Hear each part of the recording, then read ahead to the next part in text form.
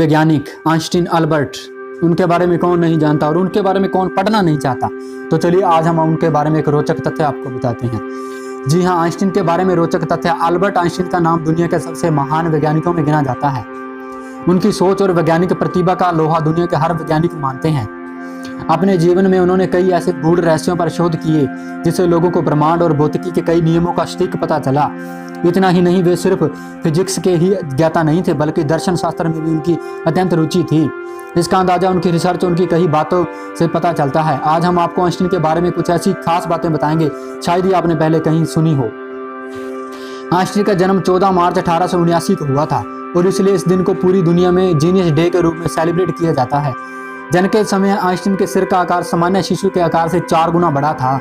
वे school के दिनों में एक औसत छात्र से, लेकिन बचपन से ही उनका फेवरेट सब्जेक्ट गणित था। आइंस्टीन को बचपन से ही क्लासिकल संगीत का बहुत शौक था और वे खाली समय में वायलिन बजाते थे।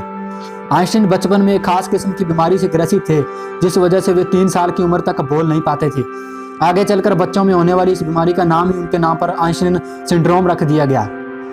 वे इतने ज्यादा भुलक्कड़ किस्म के थे कि कभी कभी वे अपने घर का पता और टेलीफोन नंबर भी भूल जाते थे। आइंस्टीन का यह कहना था कि मैं उस चीज को याद करने में क्यों दिमाग खर्च करूं जो किताबों में खोजने से आसानी से मिल सकती हैं। इसी वजह से वे गणित और फिजिक्स के कुछ खास सूत्रों को भी याद नहीं रखते थे। वैसे तो आइंस्टीन ने एक से एक गूढ़ सिद्धांतों और सूत्रों की खोज की, लेकिन उन्हें सबसे ज्यादा प्रसिद्धि A=mc² के लिए ही मिली। बेशक परमाणु हथियार बनाने में उन्हें के दिए सूत्रों का अहम रोल है, लेकिन बाद में उन्हें इस बात का बहुत अफसोस हुआ कि उनके दिए सूत्र समूचे मानवता को भी खत्म कर सकते हैं। साल 1952 में आइंस्टीन को इजराइल का राष्ट्रपति बनाने की पेशकश की गई थी, लेकिन उन्होंने यह कहकर इस ऑफर के लिए मना कर दिया कि उनका जन्म राजनीति करने के लिए नहीं बल्कि खोज करने के लिए हुआ है। ऐसा माना जाता है कि जब आइंस्टीन ने सापेक्षता का सिद्धांत प्रतिपादित किया तो उस समय पूरी दुनिया में सिर्फ 2-4 वैज्ञानिक ही इस सिद्धांत को ठीक से समझ पाए, बाकी किसी की समझ में ही नहीं आया। टाइम मशीन की कल्पना सबसे पहले आइंस्टीन ने ही की है और इस विषय पर उन्होंने कई शोध भी लिखे हैं। अभी भी कई लोगों को यह नहीं पता है कि साल 1921 में भौतिकी का नोबेल प्राइज उन्हें फोटोइलेक्ट्रिक इफेक्ट की खोज के कारण मिला था, न कि सापेक्षता के सिद्धांत के लिए। आइंस्टीन को सोना बहुत अच्छा लगता था और इसी वजह से वे रोजाना कम से कम 10 घंटे सोते थे।